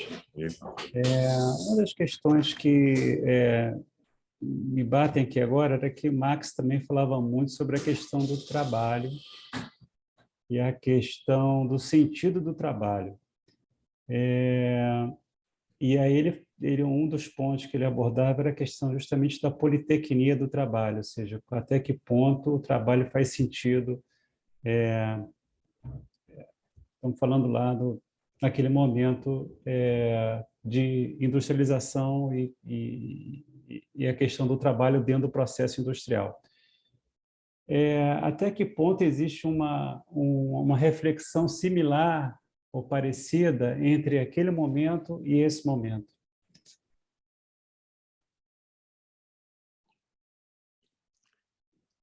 C'est une très bonne question. Hein. C'est une très bonne question. Alors, c'est un point que je n'ai pas développé, mais il faut constater que le développement de la globalisation, en externalisant toute une série d'activités prises dans une chaîne de valeur, va conduire à la perte du sens du travail. quand j'étais un enfant, dans les années 50, 60, un ouvrier, il était chez Renault. Alors, il faisait quelquefois quelque chose de limité. Mais, malgré tout, il appartenait à l'entreprise Renault et derrière, il produisait une voiture. Et il voyait la voiture auquel il avait contribué. Et le fait de produire une voiture auquel il a contribué lui donnait un certain sens. Et d'ailleurs, il y avait une reconnaissance aussi du travail par le fait que dans la population, avoir une voiture qu'on n'avait pas, c'était une source de plaisir et un potentiel de mobilité qu'il n'y avait pas avant. Et donc, la voiture, elle était utile. Elle était même, quand je me souviens encore, quand j'étais un enfant, j'avais les yeux comme ça qui sortaient quand je regardais les automobiles. C'était comme ça, c'était les automobiles. C'est-à-dire que le sens avait une double dimension, il contribuait à une finalité utile et il voyait la reconnaissance des consommateurs de l'utilité de cette voiture et même de la société dans son ensemble. Ce qui se passe avec la globalisation, c'est que maintenant, les entreprises comme Renault, ils ont externalisé celui qui fabrique les boulons, celui qui emboutit la tôle, celui qui va faire le composant X de la porte truc-muche. Et du coup, ces sous-traitants, premier ordre, deuxième ordre, troisième ordre, quatrième ordre, les ouvriers qui rentrent dans ces sous-traitants, ils ne savent plus à quoi ils servent. Et non, le sens du travail est complètement perdu parce qu'ils font un petit bout de quelque chose dont ils n'ont absolument pas, ils ne voient absolument pas le résultat. Et donc, il y a une perte de sens considérable. Perte de sens considérable qui est liée à ce processus d'externalisation et par la ligne de sous-traitance et de la sortie, en fait, de la production finale des ouvriers. Alors, ça, c'est très important. La perte de sens du travail, il est aussi lié à l'heure actuelle au fait qu'il y a une remise en cause de l'utilité de ce qui est fabriqué. Par exemple, lorsque, pareil, dans les années 50, enfant, l'agriculteur, c'était quelqu'un d'extrêmement reconnu. Il produisait du lait, il produisait des œufs, il produisait du veau, de la viande, qui étaient utiles. Bon. Il y avait encore des relations, souvent entre les gens des villes et les gens des campagnes. Moi, je me souviens, à Noël, on recevait de mon oncle qui vivait à la campagne des pintades, des oiseaux pour cuire. Il y avait des relations directes. Et évidemment, pour les gens qui travaillaient l'agriculture, il y avait un sens immédiat, c'est-à-dire être agriculteur, c'était alimenter, favoriser l'alimentation des personnes. Mais aujourd'hui, il y a une remise en cause par le fait que l'industrialisation de l'agriculture, l'usage des pesticides, l'usage des engrais chimiques, etc., a conduit à une remise en cause de l'agriculture. Est-ce que ce que je produis conduit à soigner, à alimenter les personnes ou à les tuer, à transmettre le cancer ou à les alimenter, à développer des maladies chroniques comme par exemple la sclérose en plaques ou les alimenter? Il y a une remise en cause. Et deuxièmement, lorsque j'utilise des engrais chimiques, est-ce que je ne suis pas en train de détruire la côte, les rives des rivières et la côte avec l'Atlantique? Et cette remise en cause écologique, c'est-à-dire de la finalité de ce que l'on produit, déstabilise complètement les gens qui travaillent et déstabilise complètement le sens du travail. Et il y a là une perte de reconnaissance parce qu'on a l'impression qu'on fait un travail de merde. C'est-à-dire qu'on fait un travail qui vient contredire la vie en société. Et ça, c'est terrible. Mais vous avez le même problème de la perte de sens du travail, par exemple dans les hôpitaux. Quand on oblige les gens à soigner, on a vu des aides-soignants dans les personnes, là c'est un dernier élément d'enquête, sur des aides-soignantes dans des maisons de retraite, dans des hôpitaux avec des personnes âgées, qui pour pouvoir soigner, en fait, mettaient les uns à côté des autres, et ils étaient amenés à coucher les personnes âgées à 15 heures. 15 heures, pour pouvoir aller vite et traiter tout ce qu'ils avaient à faire. Le soin était complètement perdu. Les personnes étaient devenues des objets. La question de la dimension humaine du travail du soin était perdue, et donc le sens du travail de soin était perdu. Donc, Martiaux, tu as entièrement raison. Tu as entièrement raison. Le développement de la globalisation va conduire à une perte du sens du travail considérable. Et la financiarisation de cette économie y contribue également d'une manière extrêmement forte. C'est d'ailleurs un des grands enjeux pour moi de l'économie de la fonctionnalité et de la coopération. C'est renouer avec les grandes fonctionnalités de la vie. Revenir une économie au service de la vie, de ce qui est vivant, aussi bien la nature que les êtres humains, et mettre l'économie au service de la vie, c'est-à-dire lui redonner un sens, lui redonner une utilité, et donc remettre des dispositifs de travail qui permettent aux uns et aux autres de reprendre de l'utilité. Ça, c'est un point absolument fondamental de l'économie de la fonctionnalité et de la coopération. Il y a derrière le sens du travail, il y a encore une autre dimension que j'aimerais indiquer que permet l'économie de la fonctionnalité et de la coopération. Parce que le sens du travail, il avait été déjà détruit dans une certaine mesure, pas au niveau actuel, mais déjà détruit lorsque le taylorisme s'est mis en place. C'est-à-dire lorsque, fin du 19e siècle, début du 20e siècle, lorsque les ouvriers ont été désappropriés de leur propre organisation du travail. C'était des contremaîtres, des ingénieurs qui dictaient l'organisation du travail de la façon de s'y mettre. Vous connaissez cette expression de « one best way » de Taylor, c'est-à-dire ils doivent suivre l'organisation prescrite par le bureau des méthodes, alors qu'avant le taylorisme, les ouvriers choisissaient l'itinéraire qu'ils voulaient prendre pour réaliser le travail. Cette coupure entre le travail et la conception du travail, et la conception de l'organisation du travail, elle existe déjà dès la fin du 19e siècle et le début du 20e siècle. Elle va se généraliser tout au long des années 50, 60. Et ce qui est intéressant avec l'économie de la fonctionnalité et de la coopération, c'est que ça permet de remettre la question de l'organisation du travail au cœur de ceux qui travaillent.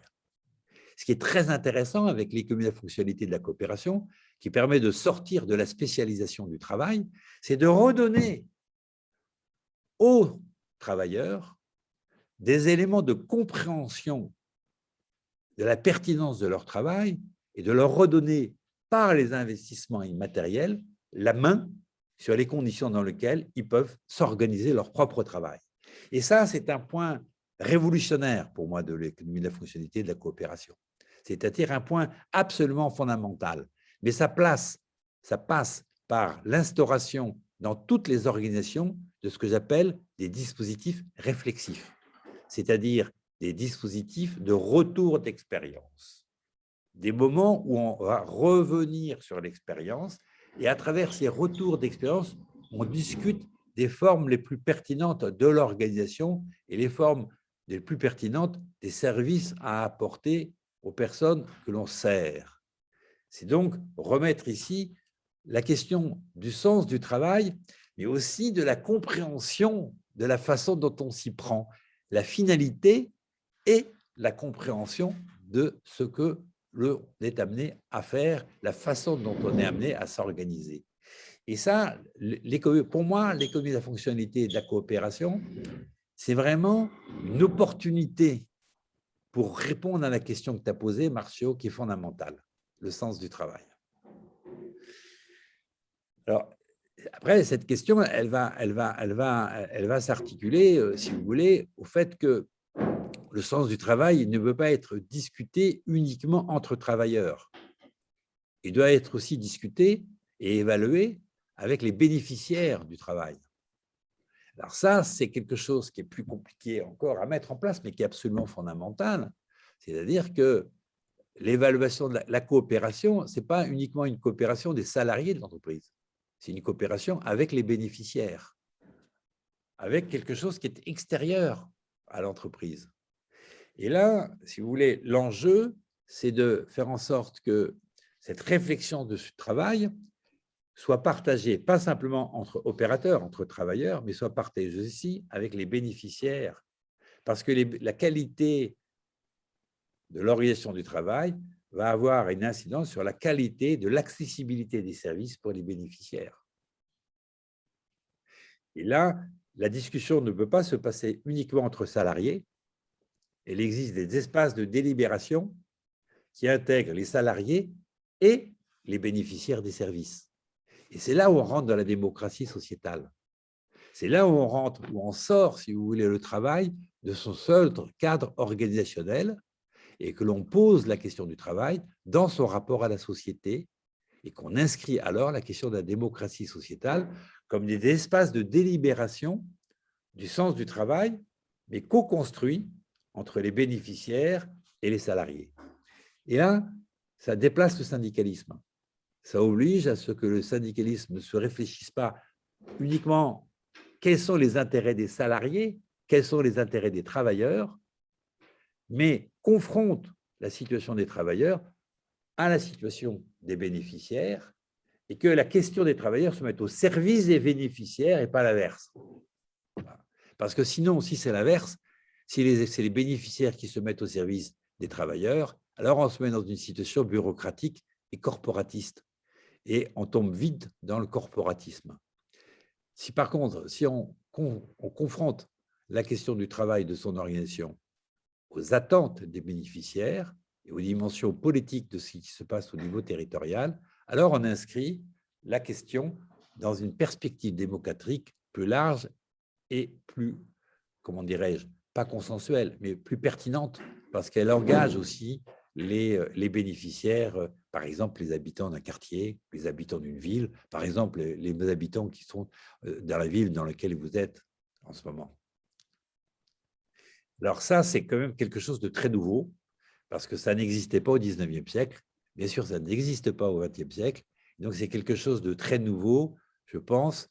On est un peu comme Marco Polo, quoi. Hein, on découvre le monde, mais un nouveau monde. Et on va le faire ensemble.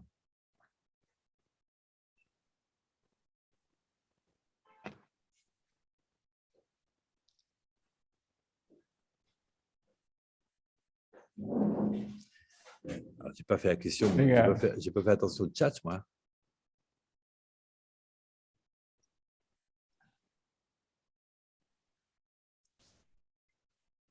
Bon, ça va. Por enquanto, não tem nenhuma questão. Ficamos sem questão. Eu tenho uma outra questão. Ah, o Pancera. E tem o Márcio. Não, Celso. Na questão das novas tecnologias de informação e comunicação, Christian falou que nessa nova revolução, né, ela não está trazendo progresso social.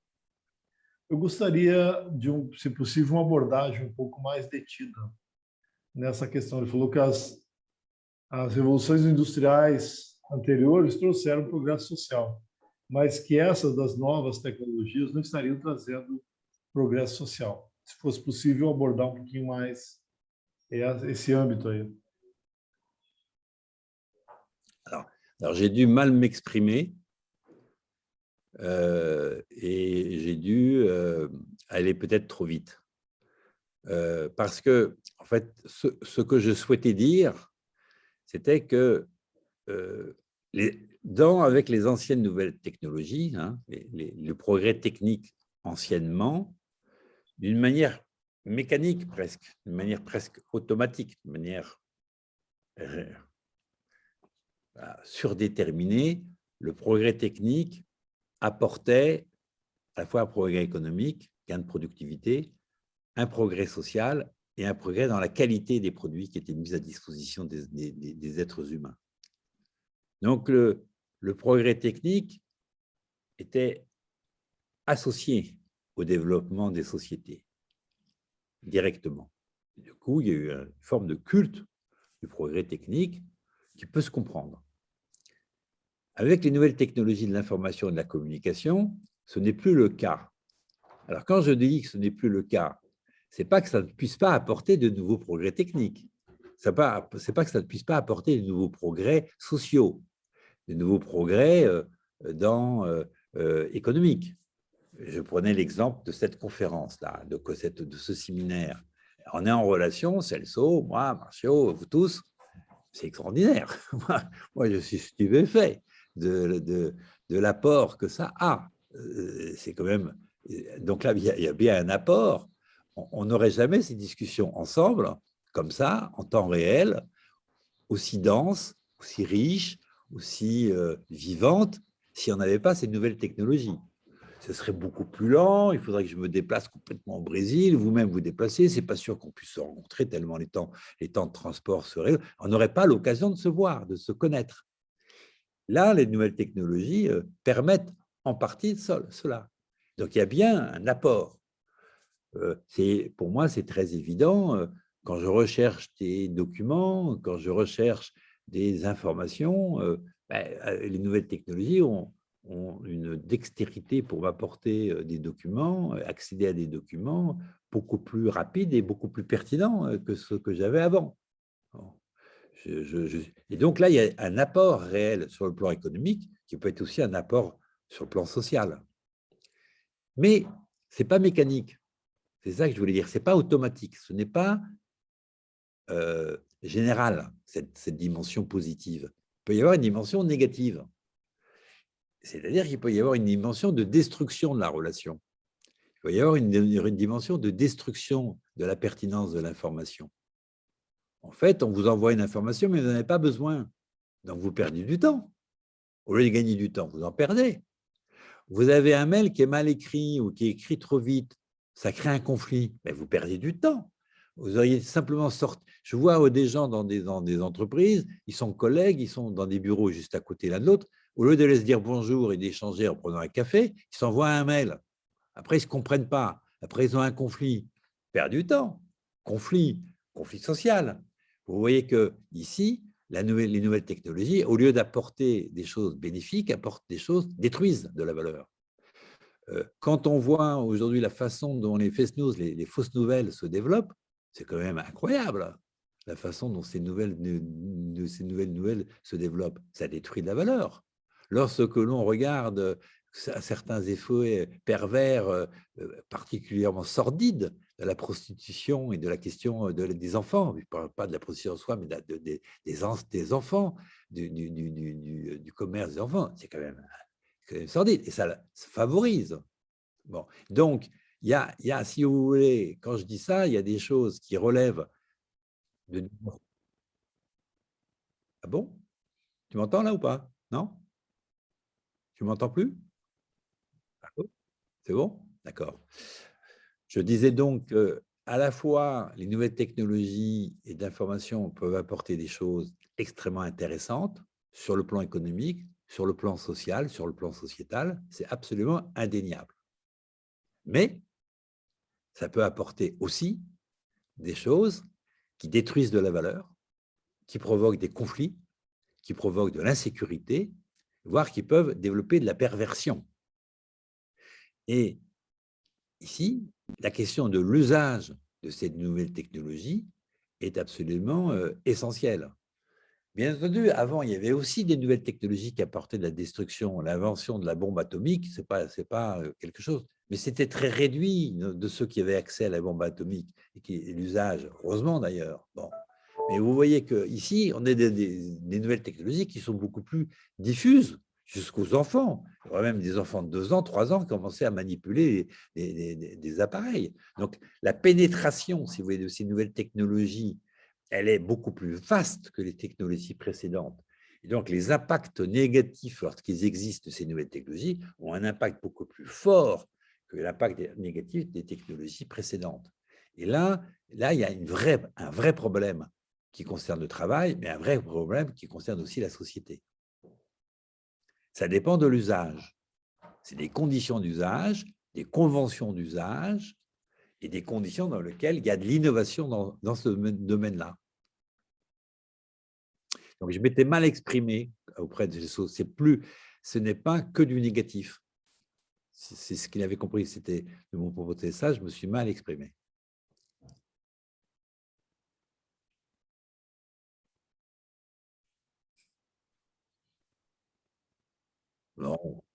Não.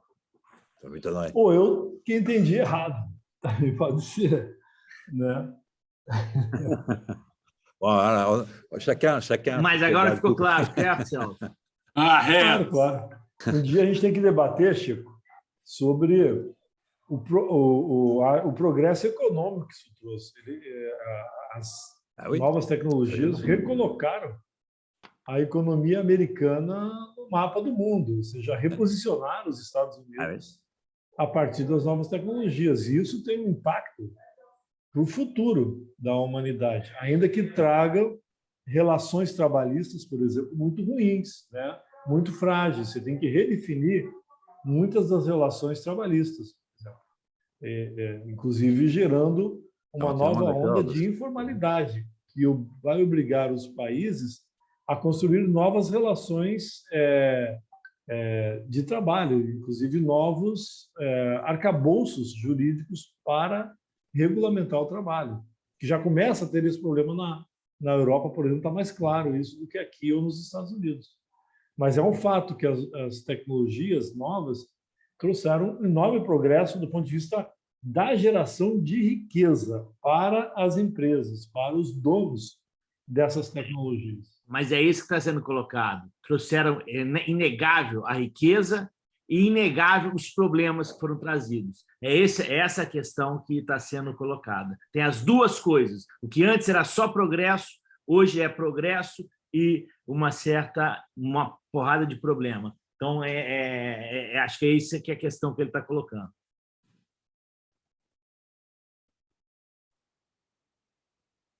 Je vois qu'il y a Claudio qui a levé la main aussi. Il y a Claudio qui a... Sim. Estão me ouvindo? Todos ouvindo? Boa tarde. Algumas questões elas estão conectadas, linkadas com o que o Márcio falou, com o que o Celso colocou também. Tá? Eu coloco a primeira questão com relação à questão laboral, ou seja, o uso da tecnologia, tá? Ele hoje nos permite não termos mais horário de trabalho. Nós trabalhamos aí praticamente 24 horas, seja fisicamente, seja através do uso de tecnologia, com WhatsApp, com e-mail, ou seja, essa questão da limitação, tá? Com relação a esse horário, tá? Ele tornou-se muito complicado. Então, que modelo se pode estabelecer com relação a essa limitação, tá? Que eu vejo que, em algum momento, quando se fala em qualidade de vida, tá? Esse limitador tem que ser estabelecido. Tá? Outra com relação à conectividade, com relação ao uso da tecnologia. Os territórios eles têm como ferramenta o uso da tecnologia. Então, vou exemplificar hoje chegando 5G. Tá? Como é que fica o acesso, tá? Dentro do território, a disponibilidade, quais são as possíveis dificuldades que o território terá, tá, no acesso dessa tecnologia, já que nos permitirá uma conexão muito grande. Tá? E no Brasil sabemos que ainda existe muita restrição do acesso dessa tecnologia. Num congresso, tá, com a Confederação Nacional da Indústria, tá, Congresso Brasil, tá, foi dito que perderíamos nos próximos 10 anos aproximadamente 65 milhões de postos de trabalho, que perderíamos, e que geraríamos 130 milhões de postos de trabalho no mundo. Tá? A pergunta que faço tá, será que, tá, considerando, tá, as questões dos territórios, tá, seja no Brasil, estado, município ou no mundo, né, isso realmente torna-se realidade, tá, com o uso da tecnologia? Como é que o território pode tratar essa questão na geração de emprego? Tá, tendo como referência sempre as dificuldades que se tem no Brasil, tá, políticas trabalhistas estabelecidas aí ao longo dos anos, que se torna muito complicada a criação de novos postos de trabalho, Tá? Como é que fica esse acesso? O uso da tecnologia pode restringir realmente esse acesso? Então, são essas questões.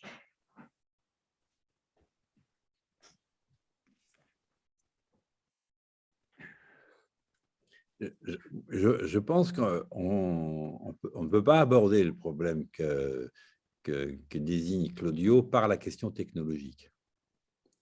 On ne peut pas l'aborder parce qu'en réalité, toute la question qui est posée, c'est quelles sont les relations que servent, comment s'articulent les relations soit entre les pays, soit entre les producteurs, soit les rapports sociaux de production et la question technologique. Aujourd'hui, on est dominé par un usage de ces nouvelles technologies d'information, par un usage industriel et qui est dominé par la finance de marché. En passant au 5G, ça va accentuer cette dépendance. Et donc, pour moi, la question, ce n'est pas comment les territoires vont utiliser ce 5G, ce n'est pas ça la question. C'est comment les territoires sont en capacité d'inventer de nouvelles relations, des nouveaux rapports sociaux de production qui sortent de la logique industrielle et de la logique de la financiarisation. Et une fois que ces nouveaux rapports sociaux sont précisés, alors on aura une idée plus claire des conditions d'usage de nouvelles technologies. Ce n'est pas sûr qu'on ait besoin du 5G. Je ne sais pas, moi, si on a besoin du 5G. Ce qui est sûr, c'est que le 5G, aujourd'hui, va être utilisé par les grands groupes financiarisés. Ça, c'est sûr. Et qu'il va être utilisé pour continuer à dominer le monde. Ça, c'est sûr. Mais est-ce que nous, qui sommes à la recherche d'un autre type de société, nous avons besoin du 5G? Je ne suis pas sûr du tout. Je ne suis absolument pas sûr. Ça dépend complètement des rapports sociaux de production que nous cherchons à mettre en place. Et donc, la question, elle est moins de courir après les nouvelles technologies qui sont mises en place d'une manière industrielle, parce qu'on n'arrivera jamais à rattraper un pays comme les États-Unis. Il faut être la Chine pour pouvoir être en capacité de rattraper un pays avec la dictature qui est la Chine. Parce que c'est une dictature extrêmement forte, par une nouvelle bourgeoisie extrêmement puissante. Mais le Brésil et l'Europe capables de remonter ni vis-à-vis de la Chine, ni vis-à-vis des États-Unis. Donc, on est dans une période aujourd'hui où la question du rattrapage est une erreur stratégique. Deuxième enjeu, c'est que dans ce qui est dit là, à propos des interrogations que l'on a à propos des nouvelles technologies de l'information, on ne prend pas du tout en compte la question de l'effondrement. C'est-à-dire, on ne prend pas du tout en compte le fait que nous allons être confrontés à des enjeux d'effondrement. Et plus vous serez dans des dépendances technologiques de type 5G, plus l'effondrement sera puissant. Donc, il faut faire extrêmement attention. Moi, je réserverai beaucoup plus de raisons et d'investissement et de force et de temps pour envisager et de commencer à construire des territoires résilients que des territoires interconnectés. C'est beaucoup plus important de penser à la résilience des territoires, c'est-à-dire leur capacité de faire face à des chocs sanitaires, des chocs climatiques, des chocs alimentaires. C'est beaucoup plus important de prévoir cette résilience que de prévoir l'interconnexion. Parce que les efforts financiers que vous allez faire dans des investissements dans la 5G, dans l'interconnexion, va vous limiter les efforts financiers que vous pourriez faire dans la résilience, dans l'organisation de la résilience. Or, pour moi, c'est une erreur stratégique majeure. C'est une incompréhension des problèmes auxquels nous allons être confrontés. Et le Covid, c'est un avant-goût des problèmes qui sont devant nous. Et les changements climatiques, c'est un avant-goût des problèmes qui sont devant nous. Est-ce que vous croyez que la 5G va répondre aux problèmes de la crise du Covid? Est-ce que vous croyez que la 5G va nous permettre de sortir des dérèglements climatiques? Absolument pas. Absolument pas. Ça va accroître la dépendance et ça va accroître la difficulté de résilience. Donc moi, je suis absolument opposé. Oui, dans les nouvelles technologies, il y a des choses utiles, mais je pense que c'est une erreur stratégique pour les territoires locaux de se lancer dans une course à la connexion. c'est une course perdue d'avance et surtout, ce sont des efforts financiers, des efforts humains qui sont à côté de la plaque, c'est-à-dire qui sont à côté de ce qui est en jeu pour nos territoires, c'est-à-dire la capacité de faire face sous forme de résilience aux effondrements partiels qui sont en train de se présenter et qui ont commencé. Nous sommes déjà dans l'effondrement partiel. Donc, je pense que là, il y a une réflexion, si vous voulez, plus historique, à avoir des phases actuelles dans lesquelles nous sommes, des rythmes, des grandes périodes historiques dans lesquelles nous sommes confrontés. Après le développement de ce qu'on appelle l'accumulation intensive avec le taylorisme et les fordismes, arrive, c'est l'installation de ça jusque dans les années 50. Ensuite, après les années 50, nous avons ce qu'on appelle les 30 glorieux, c'est-à-dire la question de la généralisation de ces méthodes d'organisation du travail et d'organisation industrielle. Après, à partir des années 70, début des années 80, vous avez une période où la question de la globalisation se met en place avec la question, et domine avec la financiarisation. Je pense qu'on est en train de changer de période globale, c'est-à-dire que nous sommes dans une période où nous allons être confrontés à l'effondrement partiel, c'est-à-dire la mise en cause de cette globalisation et de ces expressions dites technologiques.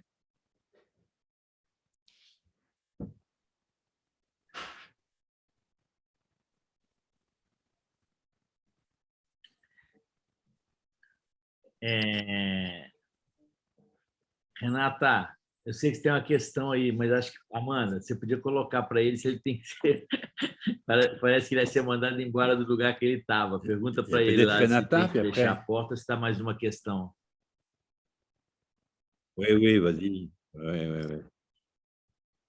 Non, oui, c'est ça le problème. Je vais virer dans peu de temps, mais très vite. Oui, c'est ça, très vite, parce qu'il faut que, normalement, à 20h, je dois partir.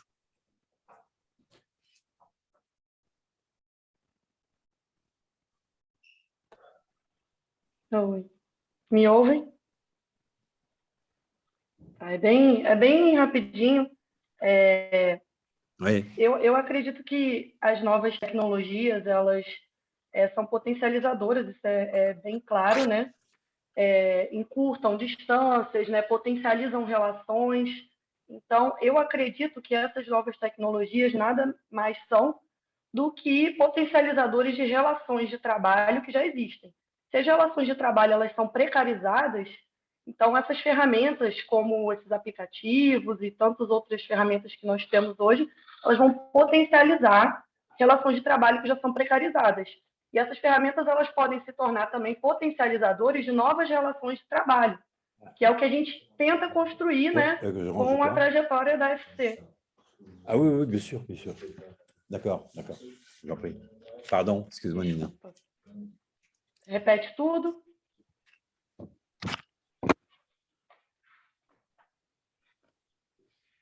Tá. Je suis en train de jeter.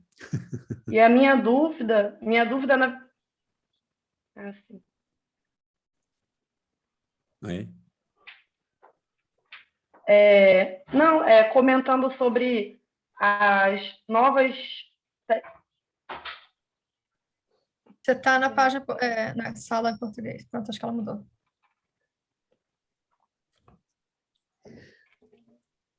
Já perdi. Eu perdi meu raciocínio também. Desculpa.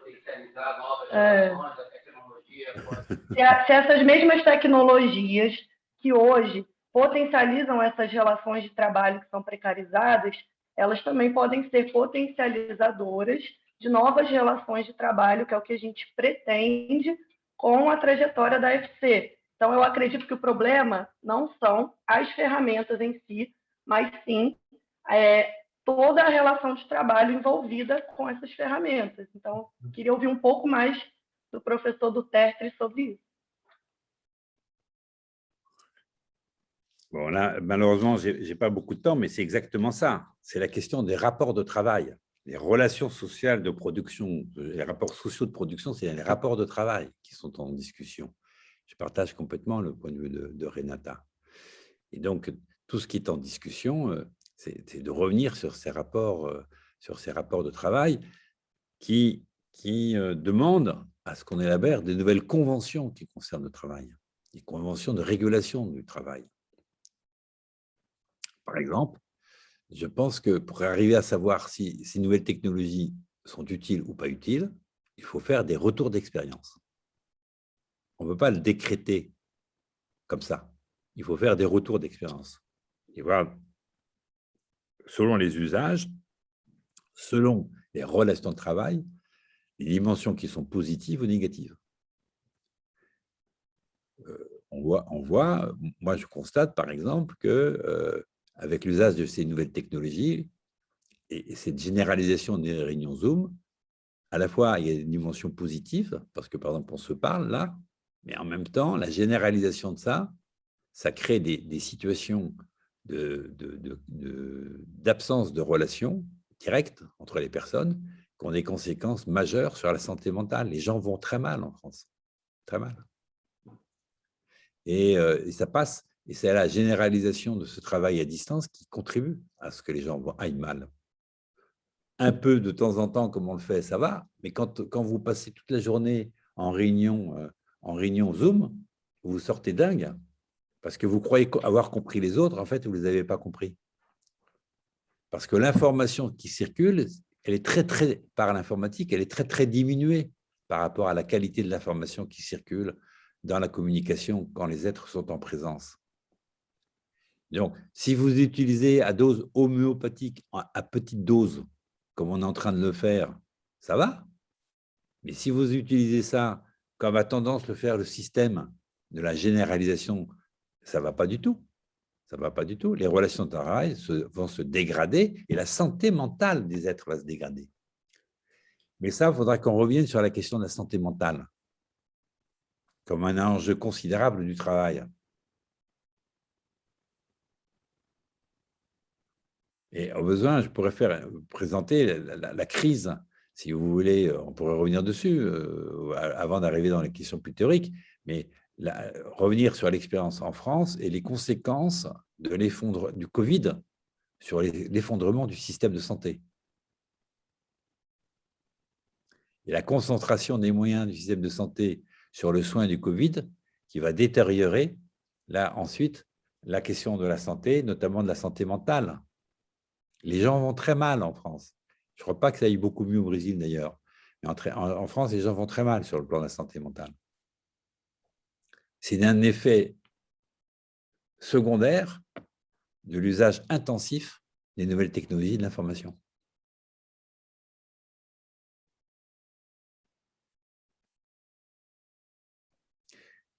Je reste là, Nina.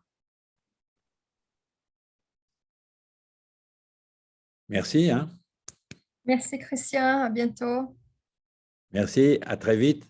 Vos questions sont toujours vachement bonnes. À bientôt. Chiquino, on s'appelle ce week-end, mais Chikao aussi, il faudrait qu'il t'appelle parce qu'il faut qu'on régule des trucs ensemble. Oui, d'accord. D'accord. Chez moi. Nickel. Je ne bouge pas. Tchau, gente. Ouais, parfait. Au contraire de toi, je ne bouge pas. Tchau, pessoal. Boa tarde. Moi, je bouge beaucoup. Salut.